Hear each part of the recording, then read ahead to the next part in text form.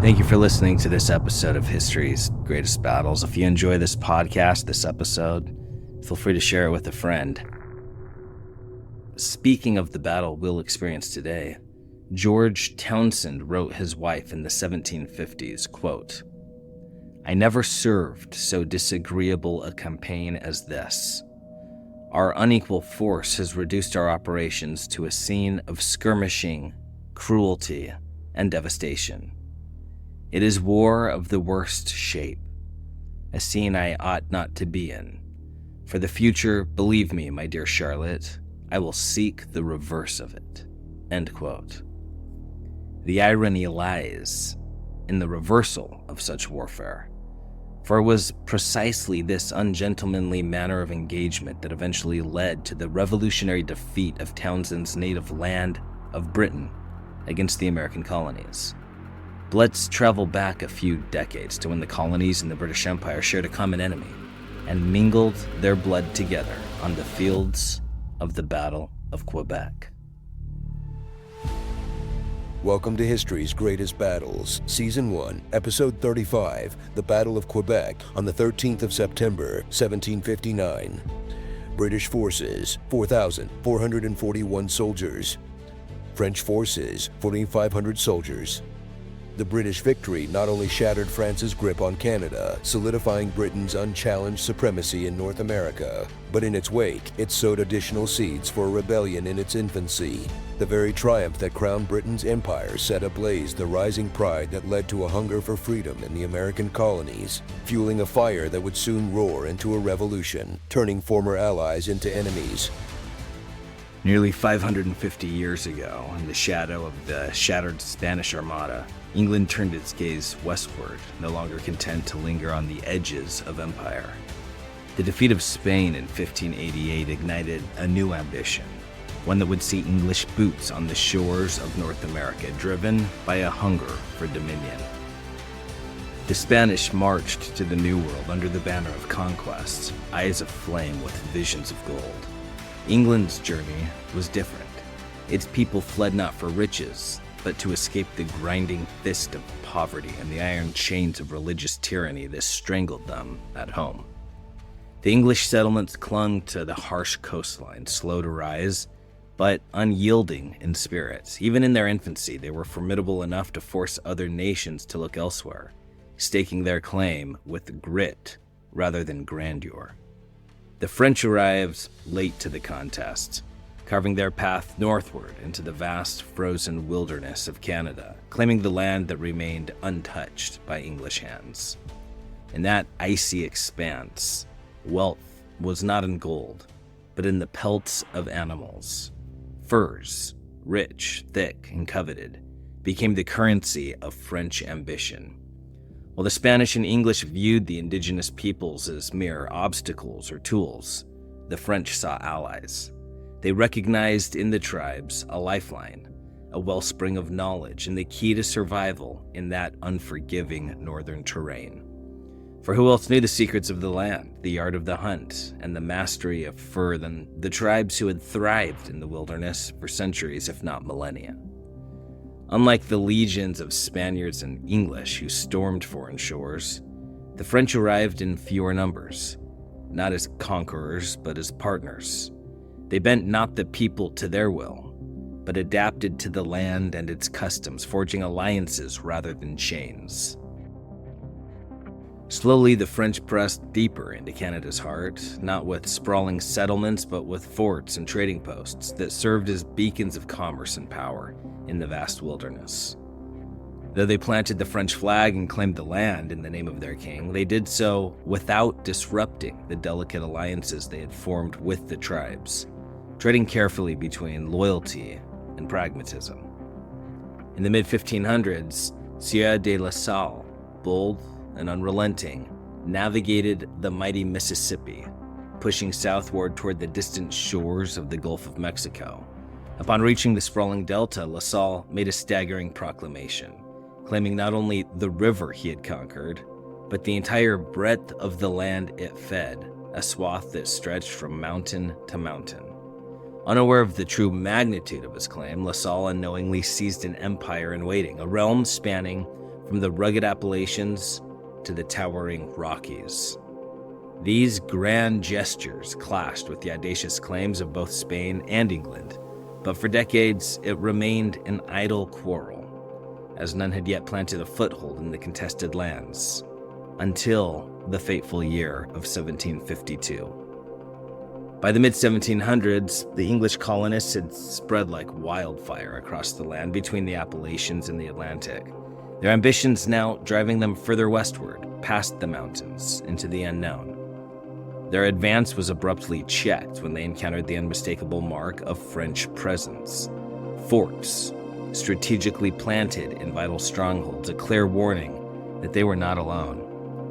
In 1752, with tensions rising, Virginia's Lieutenant Governor Dinwiddie dispatched a force to erect a fort at the confluence of the Allegheny and Monongahela rivers, where the Ohio was born, a symbolic and a strategic strike into LaSalle's claimed lands. This marked the northern edge of LaSalle's vast domain, and before long, the English were forced to retreat under the pressure of a swift and a coordinated attack by a French-Indian alliance. The French swiftly seized the opportunity, completing the fort with precision and reinforcing its defenses, turning it into a fortress of French resolve. Every colonial attempt to retake the stronghold, now fortified and named Fort Duquesne, met with bitter failure, the fort standing defiantly against every assault. At the urging of the influential Benjamin Franklin, who had put forth a bold plan of union to unify the colonial defense, the British Crown dispatched troops across the Atlantic, determined to crush the rising French threat. Though Franklin's visionary plan of union never came to fruition, the looming threat to England's colonies lit a fire in London, sparking a military response that could no longer be delayed. General Edward Braddock's initial expedition was a staggering failure, a blow so severe it emboldened the French and their Indian allies, unleashing them with renewed ferocity along the vulnerable frontier. As blood was shed in the New World, the fires of conflict blazed hotter in Europe, where tensions between France and England reached a breaking point. While European wars had often spilled into North America, this particular struggle would spell the doom of French imperial dreams on the continent.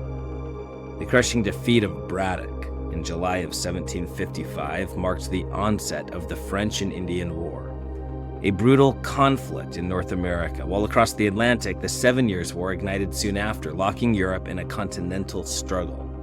For a time, French dominance seemed assured in North America, their grip unshaken. But this changed the moment William Pitt seized power in London, bringing with him a new era of British resolve. Pitt was cut from a different cloth than his predecessors. Where others saw the American colonies as a place for England's outcasts, Pitt saw their true value, a resource-rich frontier of unimaginable potential. Pitt grasped the full economic promise of the colonies, understanding their wealth lay in both what they could produce and what they could import. He had no intention of yielding a single inch to France without a ferocious fight.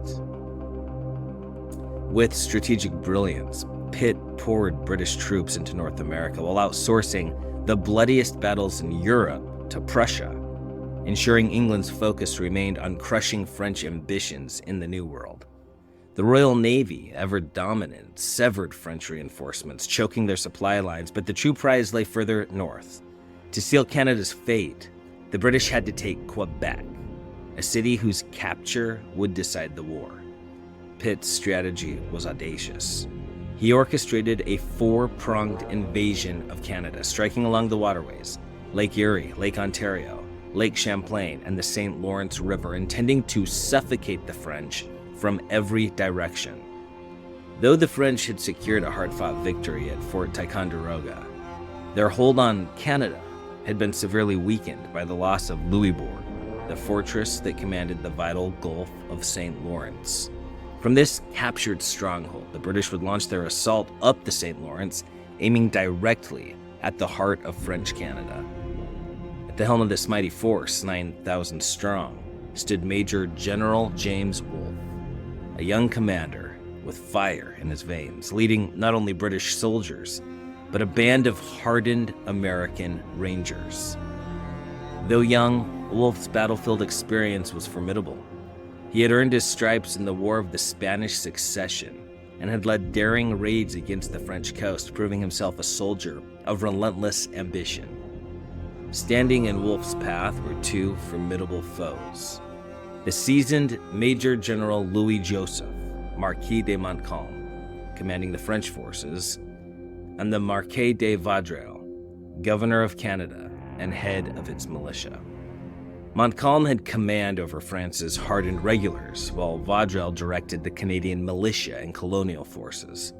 Together, their combined force swelled to roughly 12,000 men, a formidable defense for the city of Quebec.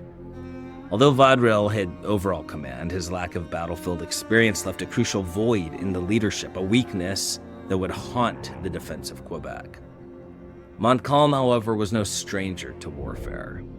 Revered as one of France's finest generals, his reputation spanned both France and Canada. Yet between him and Vaudreuil, there was open contempt, a bitter rivalry that crippled the unity of their command. The divide between Montcalm and Vaudreuil festered, ensuring that as the British drew nearer, the French defense would be hampered by internal discord, a fatal flaw that would soon be exploited. Quebec stood like a fortress upon its natural throne, perched high on the northern bank of the St. Lawrence, where the river and its tributary, the St. Charles, carved a formidable promontory onto the land. From its towering bluff, Quebec surveyed the river junction below, its defenses stretching downstream along the steep, unyielding cliffs, a natural barrier against any who dared the approach. Where the rivers met, the great estuary opened toward the Atlantic, but upstream, the St. Lawrence transformed into a treacherous, nearly unnavigable force, thwarting any easy passage for an invading fleet. The only clear path to Quebec lay to the west, over the wide, open expanse of the Plains of Abraham. Yet from every vantage point, it seemed impossible for the British to gain the high ground necessary to strike from that particular direction. British artillery on the southern bank could pound the city with relative ease, but Montcalm and Vaudreuil, calculating their numbers, chose not to spread their forces thin, abandoning any serious effort to hold those southern positions. With winter's icy grip nearing, they believed time was on their side. Soon, the river would freeze solid, forcing the British fleet and their ambitions to retreat from the frigid north for a season.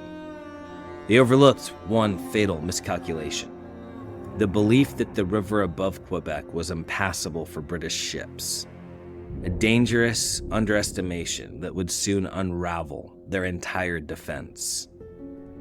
The first British forces appeared in mid-June of 1759, a vanguard of determination.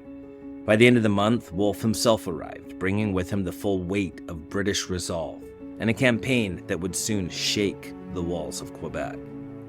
Wasting no time, Wolfe seized control of the southern bank and claimed the Isle of Orleans, establishing a base of operations that would serve as the nerve center for the British assault. British guns thundered as they unleashed a rain of shells upon Quebec. Though the damage was limited, the constant bombardment began to erode the spirit of the defenders, a slow grind against their morale. Desperation struck on the night of June 28th when the French sent burning boats drifting with the current toward the British fleet. The fiery assault, however, was a failure, the flames flickering out long before reaching their intended target. Wolfe, ever calculating, scrutinized the towering French defenses that loomed over the bluffs. After weighing several strategies, he discarded each in turn, biding his time as he searched for the key to Quebec's fall.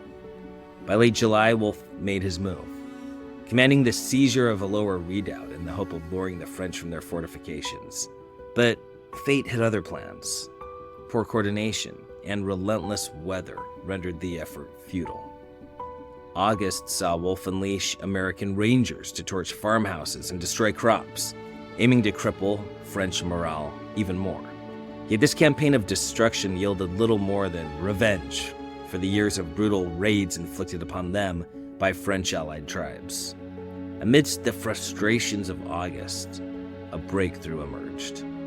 The Royal Navy, defying the assumptions of both sides, discovered they could slip ships past Quebec's feeble shore batteries and navigate the perilous Narrows, an opening that would soon change everything. Wolfe gathered his officers and sought their counsel. The decision was unanimous, a bold crossing above Quebec to the Plains of Abraham. On September 1st, Wolfe agreed, setting the stage for the final strike. At the very least, this maneuver would sever Quebec from its lifeline to Montreal, choking off reinforcements and isolating the city from the heart of New France. The steep bluffs that guarded the river, even upstream of Quebec, posed a formidable challenge to any invader. Meanwhile, Wolfe's harassment downstream kept Montcalm's gaze fixed on what he believed was the real threat. For an entire week, the British appeared idle, their silence lulling the French defenders into a dangerous sense of complacency. Then, on the fateful night of September the 12th, the French pickets were informed of an incoming supply convoy from Montreal. Unaware of its cancellation, they waited for aid that would never come. When British boats slipped silently up the river, the French pickets, expecting the convoy, saw no reason to sound the alarm. It was this fatal misunderstanding that allowed the British to strike. A British officer who was fluent in French used his voice as a weapon, keeping the guards off balance, while the British forces, one by one, surged up the narrow path toward the heights above the city. Meanwhile, the roar of British cannons downstream ensured that Montcalm's attention remained firmly locked in the wrong direction, unaware of the true assault brewing to the west. By the time dawn broke and Montcalm learned of the landing, it was too late. British soldiers were already arrayed in battle formation, staring down Quebec's neglected defenses with grim determination. Had Montcalm only waited for the reinforcements from the downstream defenses to bolster his ranks, he might have stood a fighting chance against the 4,400 hardened British regulars now bearing down on Quebec's gates. But instead, Montcalm made his fateful decision. He marched out of Quebec with a force of similar size, yet only half were seasoned regulars. The rest were militia, ill-prepared for the brutal clash that awaited them. The first to confront the British were the Canadian militia and their Indian allies. Skirmishers by nature, they opened fire from the shadows, harassing Wolfe's men with fleeting bursts of musket shot and testing their resolve. Wolfe, though, ever the tactician, commanded his soldiers to drop low, making them invisible targets to enemy fire, conserving their strength for the impending onslaught. By mid-morning, Montcalm had rallied his men into formation. Without hesitation, he gave their order: advance. The French line surged forward, determined to drive the British from the Plains of Abraham. But the French militia, untrained in the discipline of battle, fired too soon. Their shots fell short, failing to reach the prone British soldiers who lay silent, their muskets cold, waiting for the perfect moment to unleash their barrage. The French line moving across the battlefield began to fray. Step by step, their formation unraveled, discipline giving way to the chaos of the march as they advanced toward the waiting British line. The militia, struggling to keep order, fired ragged volleys and then dropped to their knees, trying in vain to reload and lower their bodies before the British struck. The French regulars, the backbone of Montcalm's force, held tighter. They fired disciplined volleys, reloaded with precision, and advanced step by step, but the cracks were already showing in their once steady ranks.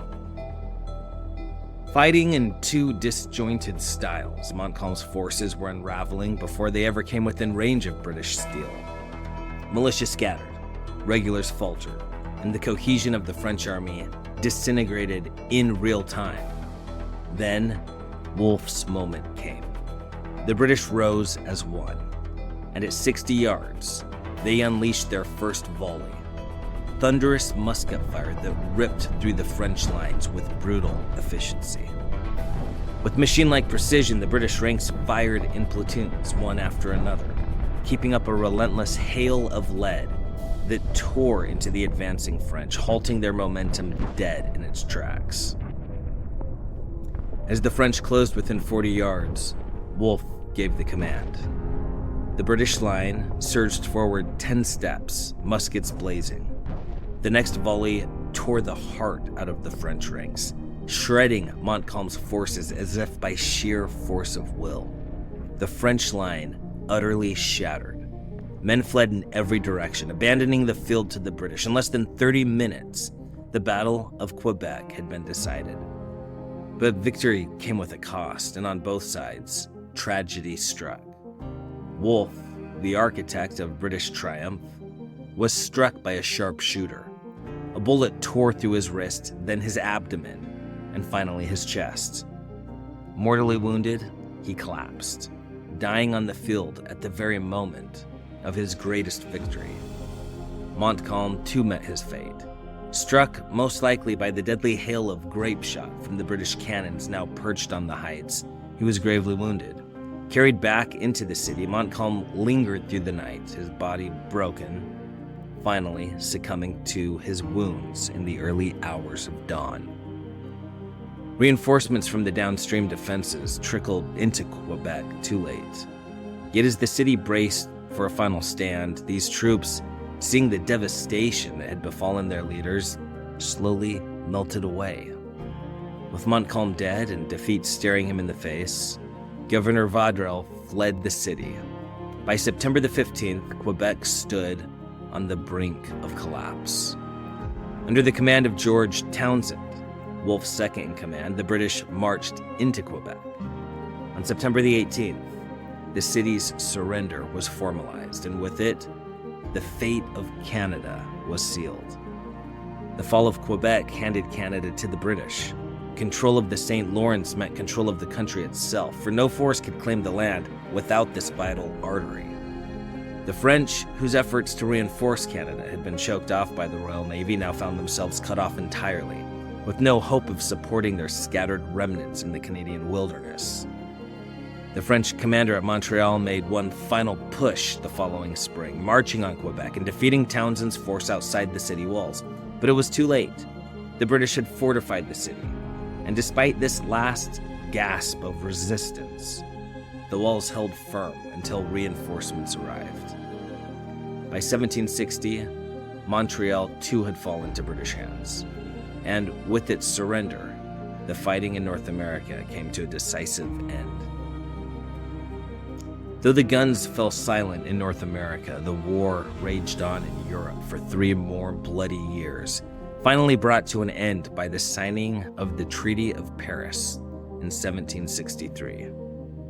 With the stroke of a pen, the Treaty of Paris stripped France of nearly all of its North American territories. They were forced to cede every inch of land east of the Mississippi River and north of the Great Lakes. The only token of their former power remained in the cold waters off Newfoundland, where they retained their fishing rights, a small, bitter remnant of their once grand ambitions.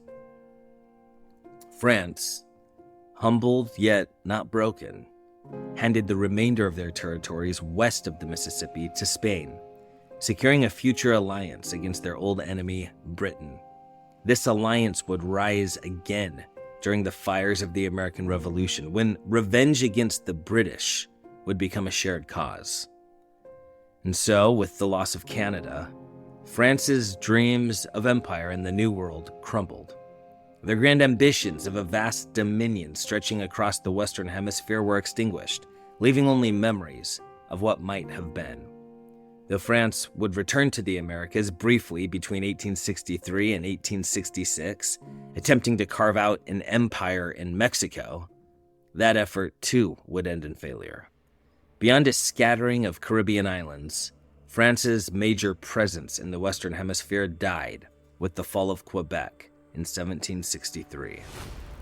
With France defeated, Britain's grip on the eastern half of North America was unshakable. Yet they maintained a clear divide between their new prize, Canada, and the American colonies, each governed separately to preserve British interests. Though few Americans had stood shoulder to shoulder with the British at Quebec, elsewhere in the war, the colonial militias and British regulars fought as allies, their blood mingling on battlefields from the Ohio Valley to the Great Lakes. This shared struggle forged a bond, however temporary, between the colonies and the Crown. Britain, having drained its coffers to defend its American holdings, entered a period of uneasy partnership with its colonies, one that began with camaraderie, but would, within 15 years, erupt into rebellion. The Americans, with pride swelling in their hearts, saw their contributions to the French and Indian War as vital, believing that victory belonged to them just as much as it did to the British Army. And therein lay the great irony. The war had instilled in the colonists a fierce pride in their identity as Englishmen, yet it also awakened within them an even fiercer resolve to stand tall, defend their rights, and govern themselves. After 150 years of being left largely to their own devices, the colonies had grown too accustomed to freedom.